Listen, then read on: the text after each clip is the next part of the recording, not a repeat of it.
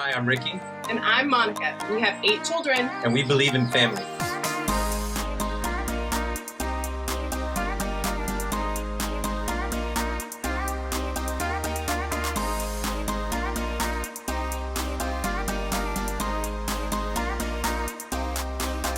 Friends, today I'm going to share with you a little bit about what it looks like to be a foster mom.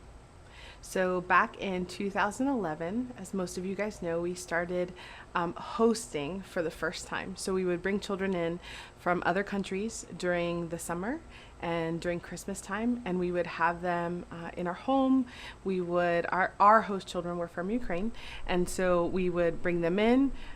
We would mime with them, we would play with them, we would have them be part of everything that we did as a family. And they would spend their vacations here with us. So we did that for 2 years.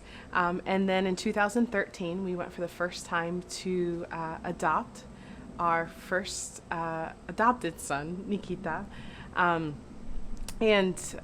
we have walked down that road of hosting children from international countries, adopting our son from Ukraine, and really realizing what it looked like for orphans all over the world. But something that we had never really encountered was what it looked like to love on children here in the United States who needed that. And that's kind of what began our heart to look into fostering for the first time. So the first time that we called to foster, I called my local agency, and I believe we had just brought Nikita home. Yeah, we had 5. I wasn't even pregnant with Danny, so we weren't even at 6 yet. And I remember them kind of laughing a little bit. There's some rules that we have here locally where the maximum can only be 5, including your foster children in the house. So the idea that we were already at 5 kind of made it seem silly for us to try at that point. And so with that response, we thought, okay, we're not going to be able to go down this road. We're not going to be able to familiarize with our system, with our system here. We're going to have to do it a different way.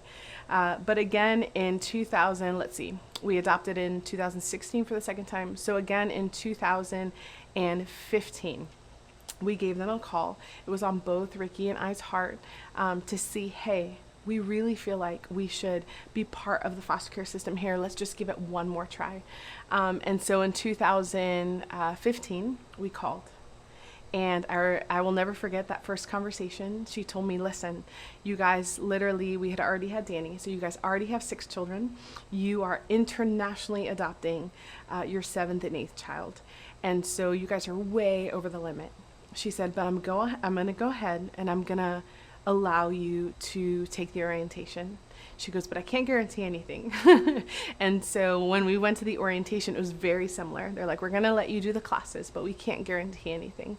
And then after that, it just became kind of this step-by-step process of, after classes, the home study. But after that, we can't really guarantee anything, and we can't really guarantee anything. And you guys are already too big of a family.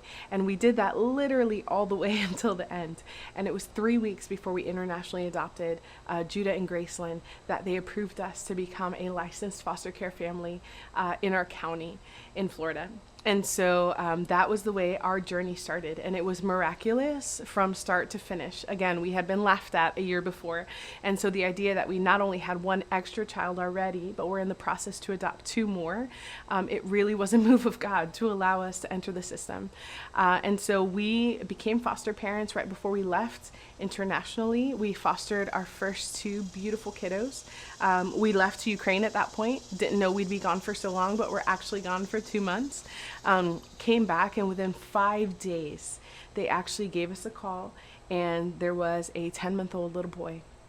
And my husband and I will always say there is nothing after being gone for an adoption for 2 months that we really wanted to do except foster. And so when they gave us that call, even though it was only about 5 to 7 days from when we had come home, we said yes. And we brought in our second foster child. And so we fostered locally for 1 year before the Lord actually had us make a transition into missions work. So for a lot of you who know our family, you know that we sold our house and actually went to do missions for a little bit. And so that was our journey with foster care. And I wanted to share that testimony to preface this. a lot of the things that my husband and I talk about, we talk about the importance of caring for the orphan and children who really need family. And that looks like so many different things. For our family, it's looked like hosting, it's looked like adopting internationally, and then it's also looked like local foster care. And what we really want to just share with the world is the importance of each one of these things. Children across the board, are individuals. The things that they've walked out are individual. For those of you that have children, you understand what it looks like to have each of your children be very different from the other.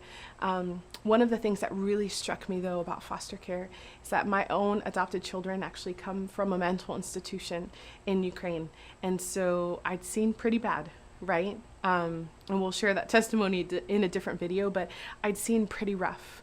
But when I had my children here locally from my county come into my home out of the foster care system, I realized that they mimicked and mirrored many of the same behaviors that my adopted children did, and they were out of a mental institution. And so it just really struck me the effect that brokenness has on children when they're stepping out of broken situations and broken families, how it really looks in their lives, and what it looks like to be a church that steps into that place and says, not on my watch, not on my watch. And so my husband and I just really want to encourage the body to pray. Let's just say that, to pray, to ask the Lord, do you want me to step into this place of fostering in my county? Anytime that we step into brokenness, guys, I can give you testimony after testimony. It is not easy. It is not easy. Anytime we step into brokenness, it is a decision that we have to make to love sacrificially, many times to die to the things that we desire and we want the most on behalf of a child who's learning what love looks like. It is not an easy decision, and it is daily. It is daily choosing to love. But my husband and I always say we have front row seats to the miracles that we've seen God do over and over and over on behalf of these children. It is no joke. It is no joke, guys. It's really phenomenal to be in a place where you get to see the God of the universe restore a child with love. With love. And so I just wanted to share my heart with you in terms of what it's looked like, our testimony from fostering, but also what it's looked like for me as a foster mom.